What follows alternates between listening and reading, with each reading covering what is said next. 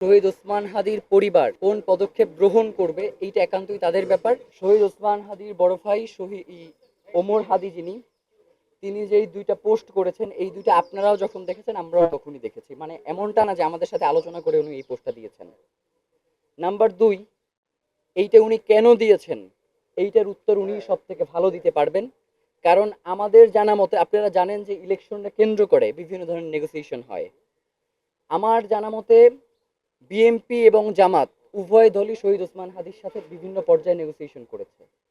বিএনপির পক্ষ থেকেও ঢাকা ৮ থেকে ইলেকশন না করবার ব্যাপারে, যে ঢাকা, কারণ আপনারা জানেন যে ঢাকা ৮ অত্যন্ত গুরুত্বপূর্ণ একটা আসন এবং বাংলাদেশের যে রাজনৈতিক বিভিন্ন সমীক্ষা, সেখানে ঢাকা ৮ অত্যন্ত গুরুত্বপূর্ণ। কারণ হচ্ছে রাজনীতির কেন্দ্রবিন্দু হচ্ছে এই ঢাকা ৮, যার কারণে প্রত্যেকটা দলই চাইবে যে ঢাকা ৮ তার হাতে থাকুক। সেই জায়গা থেকে বিএনপি এবং জামাত প্রত্যেকেই তার সাথে নেগোসিয়েশন করেছে এবং তারা বলেছে যে আপনি যদি অন্য কোনো আসন থেকে ইলেকশন করতে চান সেক্ষেত্রে আমরা আপনাকে সহায়তা করবো। এটা বিএনপি এবং জামাত দুই দল। তো এর বাইরে আমার কাছে অন্য কোনো তথ্য নাই এবং ইনকিলাব মঞ্চের কাছেও এই ব্যাপারে আর কোনো তথ্য নেই। এই ব্যাপারে তারাই সুস্পষ্ট বক্তব্য দিতে পারবেন যে সে কেন এই কথাগুলো বলেছে। উনি দুইটা কথা বলেছেন, আপনাকে তো আমি দুইটা কথাই বললাম। নেগোসিয়েশন একটা ব্যাপার, আমি এইটা সম্পর্কেই জানি, কিন্তু এর বাইরে আমার কাছে কোনো তথ্য নাই।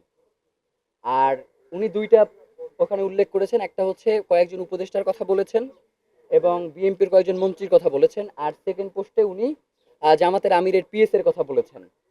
তো যার কারণে উনি কেন এই কথাগুলো বলেছেন এইটা একান্তই ওনার বিষয়। আমাদের ইনকিলাব মঞ্চের জায়গা থেকে আমাদের যেই জায়গাগুলো নিয়ে প্রশ্ন ছিল এইগুলো আমরা বাংলাদেশের যে তদন্ত সংস্থাগুলো রয়েছে, প্রথমে আমরা হচ্ছে ডিবিকে জানিয়েছি।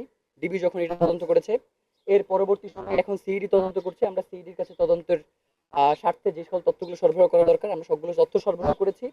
এখন তারা তদন্ত করে দেখবে যে এই বিষয়গুলো সত্যতা কতটুকু বা মিথ্যে কতটুকু। কিন্তু আমাদের কাছে এখন পর্যন্ত এগুলোর কোনো সুস্পষ্ট বার্তা অন্তত আমাদের কাছে আসে নাই। তার কাছে আসলে সেটা তিনি ক্লিয়ার করবেন। আমরা কেউ নীরব ছিলাম না, এটা খুবই সুস্পষ্ট। কারণ হচ্ছে মানে ইনকিলাব মঞ্চের জায়গা থেকে, যেমন গতকালকেও আমরা একটা প্রোগ্রাম করেছি এবং সেই প্রোগ্রামেও বলেছি যে শহীদ ওসমান হাদির হত্যার বিচার হওয়াটা অত্যন্ত দরকার।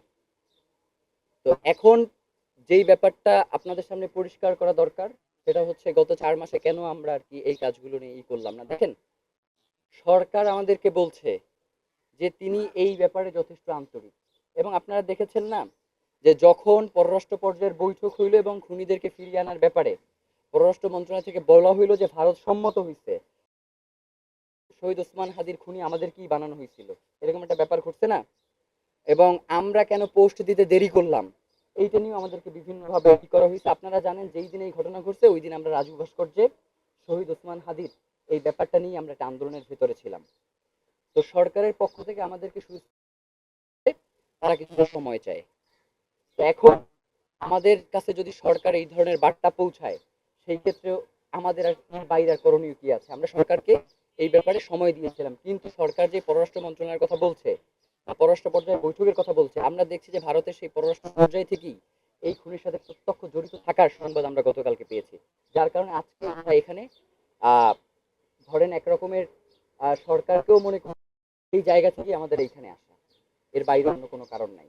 মানে আমরা প্রত্যেকটা ইস্যুতে শহীদ ওসমান হাদির এই অধিক প্রোগ্রাম করেছি এবং প্রত্যেকটা প্রোগ্রামে শহীদ ওসমান হাদির এই হত্যার ব্যাপারে আমরা জোরালো আলাপ করেছি। এটা তো খুবই সুস্পষ্ট।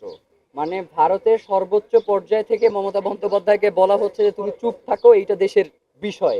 তো এইখানে তো আসলে লুকোচুরির কিছু না, এইখানে তো ভারতের সংশ্লিষ্টতা আপনার পানির মতো পরিষ্কার।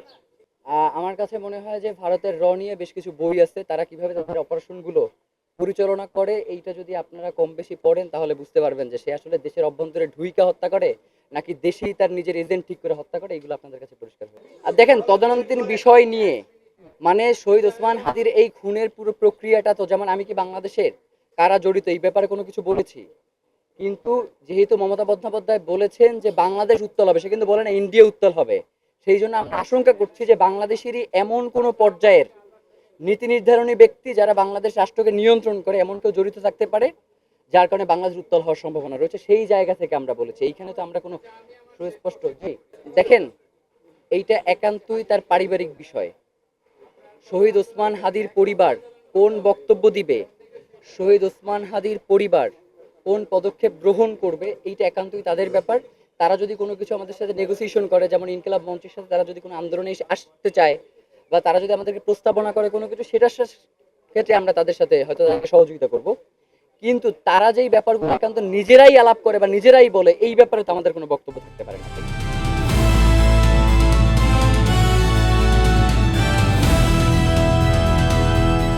দিনাজপুর টিভি, মানুষের জীবনের কথা বলে।